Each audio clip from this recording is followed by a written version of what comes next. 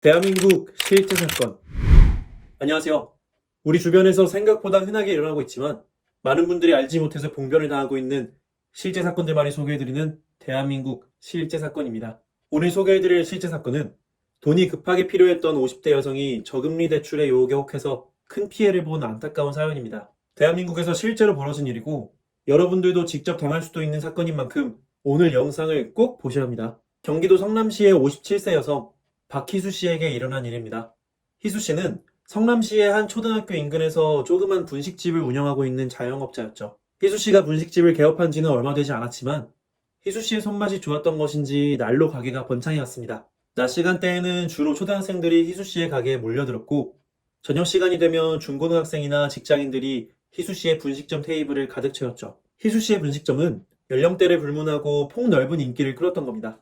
학생들의 얘기를 들어보면 희수 씨의 분식점은 이미 동네에서 맛집으로 소문이 난 모양이었습니다. 그런 얘기가 계속 들려오자 희수 씨의 마음속에 자꾸만 욕심이 생겼는데요. 희수 씨는 좁은 주방을 크게 터서 효율적인 동선을 꾸미고 싶었고 거기에 홀도 조금만 더 확장시키면 손님을 훨씬 더 많이 받을 수 있을 것 같았습니다. 피크타임에 테이블이 꽉 찰 때마다 손님을 돌려보내는 게 속이 영 쓰렸던 것이죠. 하지만 남편의 사업부도 이후 간신히 부채를 갚은 희수 씨의 입장에서는 가게를 확장할 여유 자금이 거의 없었고 신용도 좋지 않은 상태였는데요. 결국 희수 씨는 제2금융권에서 상당한 고금리로 대출을 받을 수밖에 없었습니다. 근처에 경쟁 분식점이 없었기에 확장만 한다면 고스란히 매출로 이어질 거라는 예측에 모든 희망을 건 것이죠. 희수 씨는 빠르게 확장 공사를 마친 뒤 새 점포에서 본격적인 영업을 시작했는데요. 그런데 그때 대한민국 외식업계 경기를 뒤흔든 최악의 사태가 발생하고 말았으니 코로나19 감염 사태가 터져버린 것이었습니다. 코로나 사태가 발발한 후 날이 갈수록 확진자가 늘어났고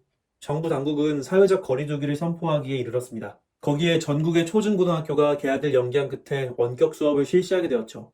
희수 씨의 입장에서는 사업 확장을 하자마자 치명타를 맞아버린 꼴이었습니다. 뉴스에서는 외식업계 고객 감소율이 60%에 달한다는 우려스러운 보도가 연일 쏟아졌는데요.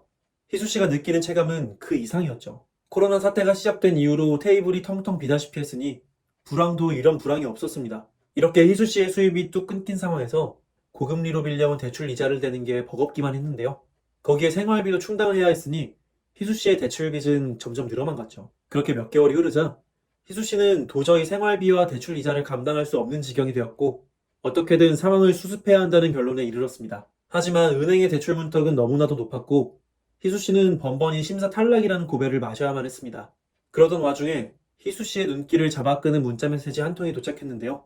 국가에서 지원하는 서민 대상 코로나 긴급대출이라는 문구와 함께 2%에서 3% 저금리로 대환 대출을 해준다는 것이었습니다. 그 문자를 본 희수 씨는 곧바로 하단에 안내된 번호로 전화를 걸었습니다. 상담사와 연결해보니 그 금융사는 너무나도 잘 알려진 S은행이었고 자신을 정대리라고 밝힌 상담사의 목소리도 고객센터에서 흔히 들을 수 있는 잘 훈련된 전문 상담원의 목소리였습니다. 상담사는 친절한 어조로 대출 상품에 대해 설명을 시작했는데요. 이 상품은 국가 차원에서 서민들을 긴급 구제하기 위해 지원되는 상품이고 기존의 고금리 대출을 저금리 상품으로 전환하는 것이 주 목적이라는 겁니다. 금리 조건도 너무나 매력적이었는데요. 심사에만 통과되면 3%대의 금리로 최대 7천만 원의 대출을 5년간 받을 수 있다고 합니다. 심지어 연장도 가능했고요. 상담사는 희수 씨의 카톡으로 대출 신청서 양식을 첨부하고 신청서에 신상 정보와 대출 금액을 기재한 뒤 꼭 코로나 긴급 지원 대출 항목에 체크해달라고 당부를 했죠. 이 기회를 놓치면 안 된다는 생각에 다급해진 희수 씨는 재빨리 양식을 작성하여 전송하였습니다. 그러자 곧 상담사가 다시 통화를 걸어왔죠. 그런데 상담사가 조금 난처한 기색을 표하는 것이었습니다. 희수 씨의 기존 신용등급이 심사 기준을 통과하지 못하여 지금 이대로는 대출이 어렵다는군요. 머리가 새하얘진 희수 씨는 그럼 어떻게 하면 좋겠냐고 상담사에게 애원했는데요. 그러자 상담사는 희수 씨가 지고 있는 부채 총액이 얼마인지 물어보았습니다. 희수 씨가 총 부채가 3,200만 원이라고 대답하자 상담사는 그 금액 중 일부분을 지금 불러드리는 계좌로 상환해야 신용등급이 조정되어 대출이 승인될 수 있다고 대답했죠. 최대한 많은 부채를 상환할수록 상담사가 대환 처리를 수월하게 할 수 있어 대출 조건이 상향된다고도 했고요. 그게 희수 씨가 대출 지원을 받을 수 있는 유일한 방법이라는 겁니다. 하지만 생활고에 허덕이던 희수 씨 입장에서는 도저히 상환금을 마련할 방법이 없었습니다. 희수 씨는 한참을 고민한 끝에 동생에게 전화하여 사정을 말하고 도와달라고 간청할 수밖에 없었죠. 3% 금리로 7천만 원의 대출을 받아내는 즉시 빌린 돈을 갚아주겠다고 약속했고요. 그러자 동생은 믿을 건 가족뿐이지 않겠느냐, 잘 전화했다며 3,200만 원의 돈을 바로 빌려주었습니다. 동생의 너그러운 마음 씀씀이에 희수 씨는 너무 고맙다고 울먹이면서 감사를 표하고 상담사가 고지해준 계좌로 3,200만 원을 입금했습니다.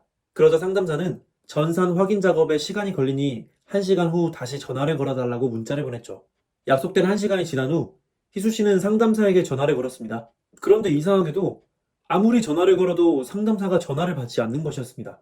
결국 희수 씨는 S은행에 직접 전화를 걸어 방금 통화했던 정대리와의 통화 연결을 요청했는데요. 그런데 어처구니 없게도 S은행 측에서는 희수 씨가 말한 대출 상품을 출시한 적이 없다는 겁니다. 그 말을 도저히 믿을 수 없었던 희수 씨는 당신들이 기존 부채 3,200을 갚으면 저금리로 전환해주겠다고 하지 않았냐며 따져 물었습니다. 그러자 은행 직원은 금융회사나 시중은행에서는 절대로 고객에게 먼저 입금을 요청하지 않는다면서 혹시 보이스피싱 범죄에 노출되신 게 아니냐, 그렇다면 바로 지급 정지를 해야 한다고 다급한 어조로 설명했습니다. 그 순간 희수 씨는 세상이 무너지는 것 같은 아찔한 충격을 받았습니다. 그제서야 희수 씨는 자기가 저금리라는 유혹에 홀려서 말도 안 되는 짓을 저질렀다는 사실을 깨달은 것이었습니다. 지금까지 경기도 성남시의 57세여서 박희수 씨에게 일어난 사고 사례를 들으셨습니다.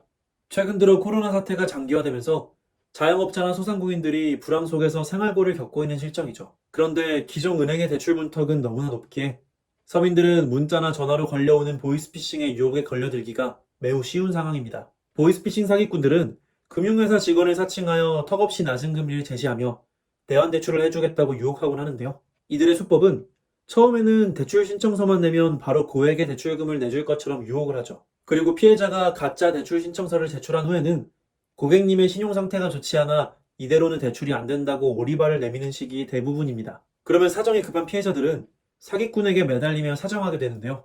이때 사기꾼들의 수법이 여러 가지로 나뉘게 됩니다. 희수 씨의 사례처럼 기존 부채를 특정 계좌로 일부 상환하면 우리가 대환대출 처리를 해주겠다, 기존 금융사로부터 대출을 우리에게 이관하는 거라며 궤변을 늘어놓고는 특정한 계좌로 고액의 현금을 송금하라고 요구하는 것이 대표적 수법이고요. 그 외에도 가짜 은행 어플리케이션의 설치를 유도하여 아예 피해자의 모든 정보를 빼내고 피해자 은행 계좌에 사기꾼들이 직접 접근하기도 하죠.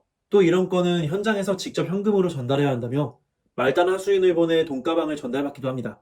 더 고약한 사기꾼은 피해자를 대포통장 범죄에 엮는 수법을 쓰기도 하는데요. 고객님은 거래 실적을 쌓아야 신용등급이 올라 대출이 가능하다며 본인들이 돈을 통장에 입금하면 그 돈을 수표로 찾아 현장에서 건네달라고 유혹하는 식입니다. 그러나 이건 범죄에 사용된 돈을 회수하기 위한 대포통장 사기에 불과한데요.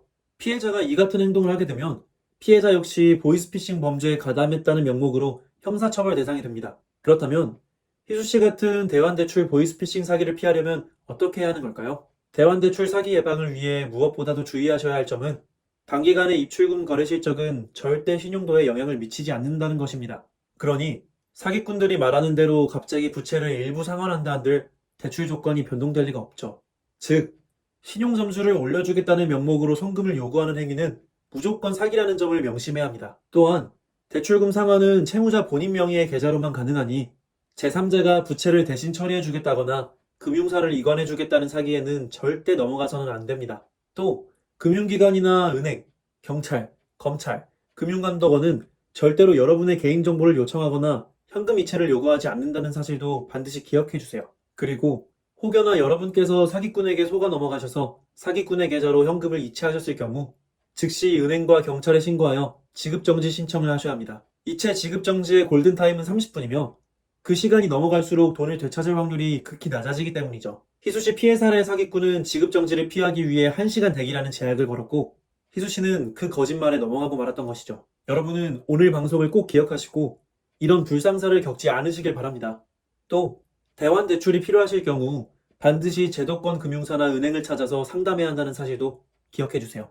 오늘은 대환대출을 빙자한 보이스피싱 피해 사례 그리고 대환대출 사기의 위험성에 대해 상세히 알아보았습니다. 우리 주변에서 흔하게 일어나는 충격적인 실제 사건들과 그것을 예방하는 방법까지 알려드리는 대한민국 실제 사건. 오늘의 사연은 여기서 마치겠습니다. 구독과 좋아요는 저에게 큰 힘이 됩니다. 더 좋은 영상으로 찾아뵙겠습니다. 감사합니다.